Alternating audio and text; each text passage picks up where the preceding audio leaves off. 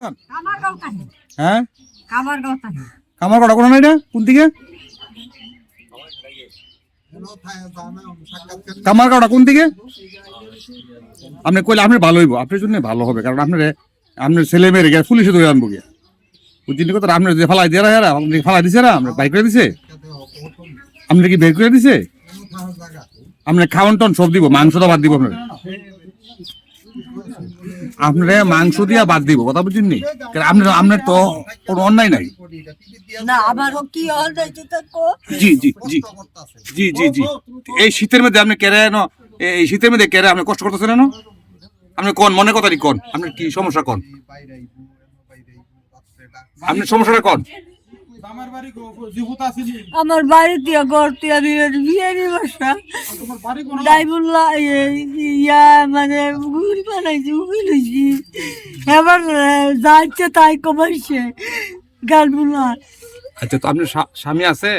ও এই রামাইছে আবার দেন রামাইতা বললা ইয়া তিন বাড়ি ও সারা আগে আমার বাড়ি করে আপনার স্বামী আছেন জীবিত? আপনার স্বামী জীবিত আছেনি?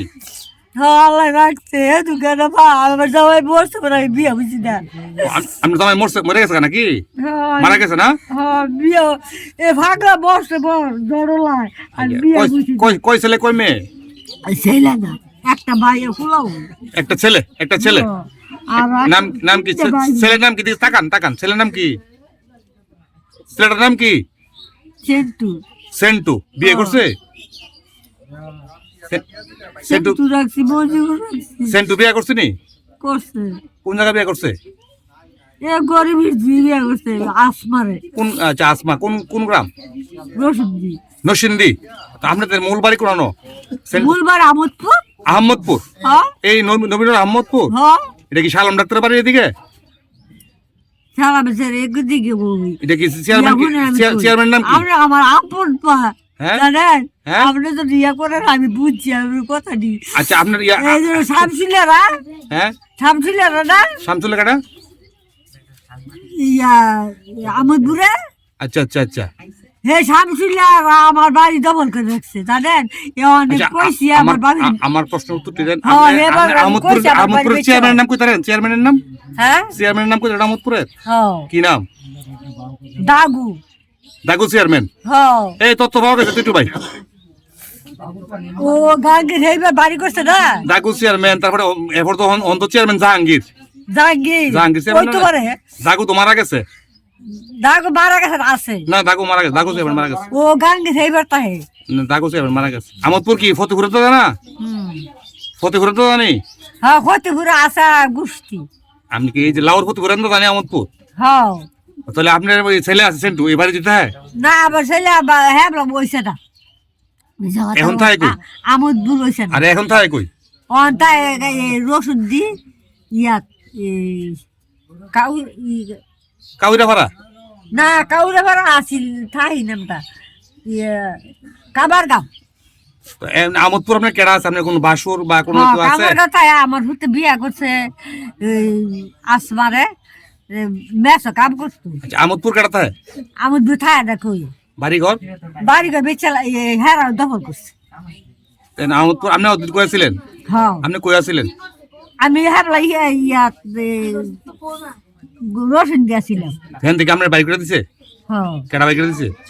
বাড়ি করেছে আমার বাবু ওই বাড়ি ঘর বেচছে। এমনিতে কোনো মোবাইল নাম্বার আছে না? কোনো মোবাইল নাম্বার আছে? নৌকা দিয়ে বাড়ি ঘর বেচছে গোয়ালপুর মোবাইল নাম্বার আছে আপনার? হ্যাঁ মোবাইল চলছে না ওখানে মোবাইল নাম্বার নাই। আচ্ছা কি খাইছেন?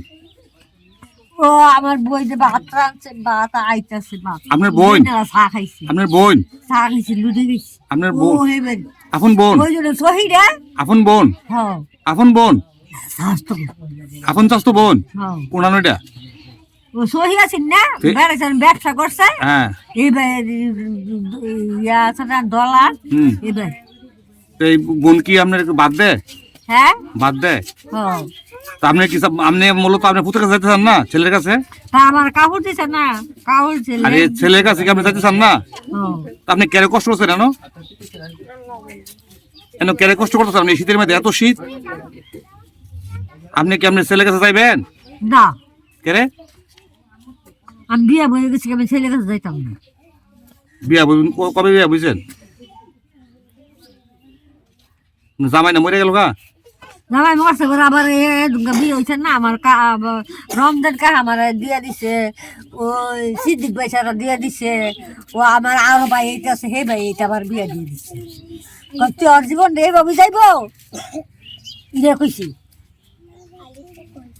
তাইলে আপনি ছেলেকে যাইতে চান না? আচ্ছা কি খাইছেন কি আজকে? আমি খাই না, আমার নাতি গুতি আল্লাহ সালে বিয়া করা লেছি। আপনি খাইছেন কি আজকে? খাইছি, চা খাইছি, ও বাপ আইতা এনই ঘুমাইবেন না, এনে ঘুমামু এই গরু ঘুম এই ঘরের ভিতরে? হ্যাঁ, এবার আমার নাতি মুতে আমি বিয়া করাই দিছি, বলছে এই যে তারা বিয়া করাইব মুসলমানি করাইব। আমার নাতি আছে 2টা। তো আপনি এনে থাকবেন কিভাবে? কষ্ট করে থাকবেন যে? সুমনে সাববিরে। আরে এনে তো থাকা হইতো না আপনার? হ্যাঁ, আপনি এনে তো থাকতে পারতেন না, কিন্তু কষ্ট হইবে থাকতে। না আমি এনে থাকব, আপনি তো টোটাল সীমানা ইয়া করে আমি আপনারে বহুত জ্বালাইতাছে। আমি আপনারে ইয়া কইরা ওই সিএনজি দিয়া আপনি বাড়িতে দিয়া মনে আপনি ঠিকানাটা বলেন।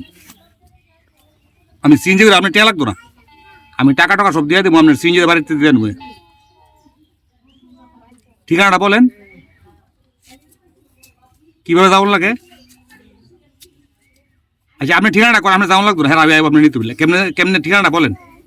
এদিকে তাকান, এদিকে তাকান না। ঠিকানাটা বলেন কেমনে যাওয়ার লাগে?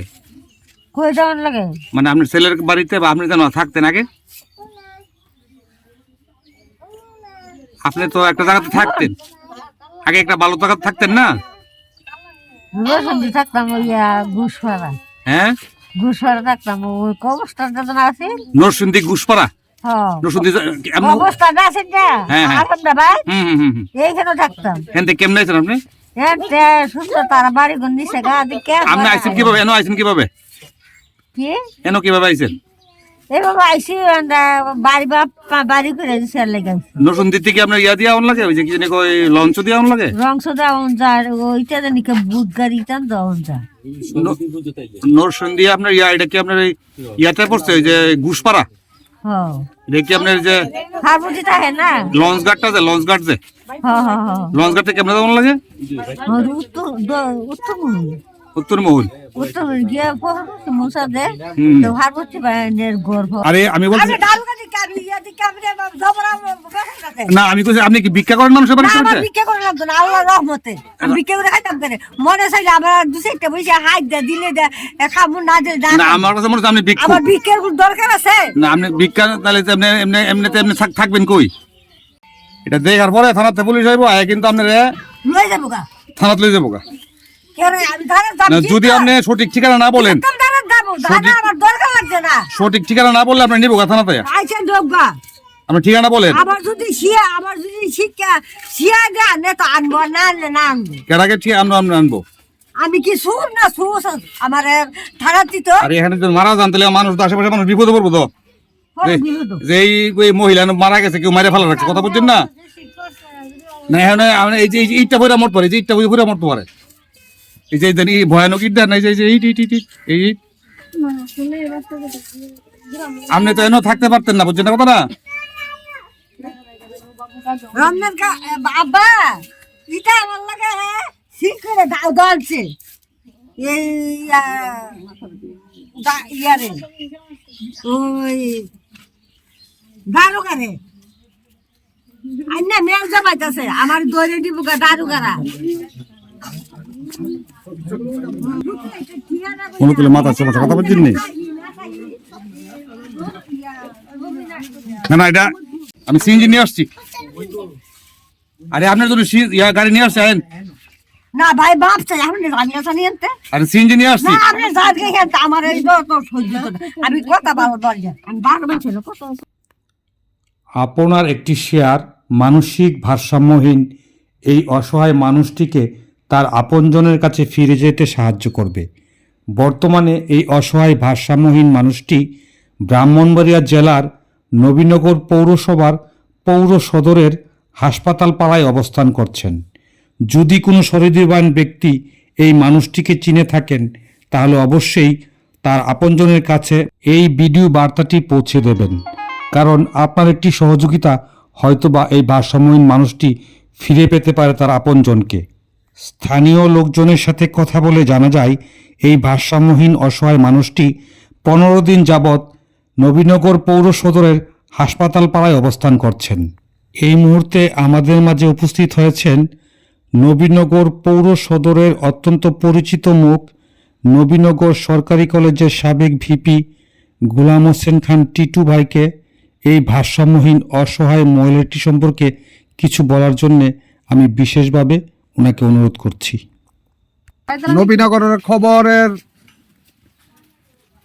টিভির সাংবাদিক জনাব শামীম, মুজিবুর রহমান শামীম, আজকে গত এক সপ্তাহ ধরে এই মহিলাটি এইখানে অবস্থান করিতেছে।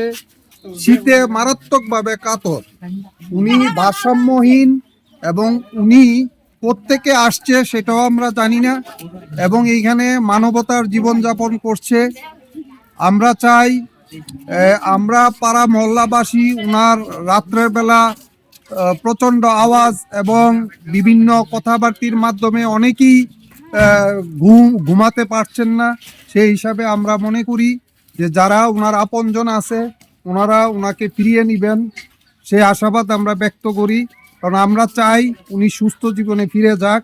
এবং কম্বলটা করে দিই, কম্বলটা দিচ্ছে কাটা। হ্যাঁ, কম্বল, আমি একটা কম্বল দিয়েছি এবং খাদ্য সামগ্রীও দেওয়ার চেষ্টা করি। অনেক সময় খায়, অনেক সময় খায় না। তো আমরা পাড়া মহল্লাবাসী অনেক আতঙ্কে আছে, সুতরাং আমরা বিনীতভাবে অনুরোধ করব ওনার আত্মীয় স্বজন যারা আছে ওনাকে ফিরিয়ে নেওয়ার জন্য। ধন্যবাদ, ধন্যবাদ। নবীনগর ভাই কিছু বলবেন? বলেন জি, একটু বলেন। এই আপনি সাক্ষাৎকার দিবেন নি? আসেন, তাড়াতাড়ি নেওয়াটাই আমি মনে করি উত্তম। জি, কারণ এখানে যদি কোনো ধরনের যদি কোনো ধরনের একটা অ্যাক্সিডেন্ট হয়, হ্যাঁ, বিপজ্জনক এরিয়া হই, যদি এটার পরে মারাত্মক দুর্ঘটনা হয়ে যাবো, তার চেয়ে ভালো আমার কাছে মনে হচ্ছে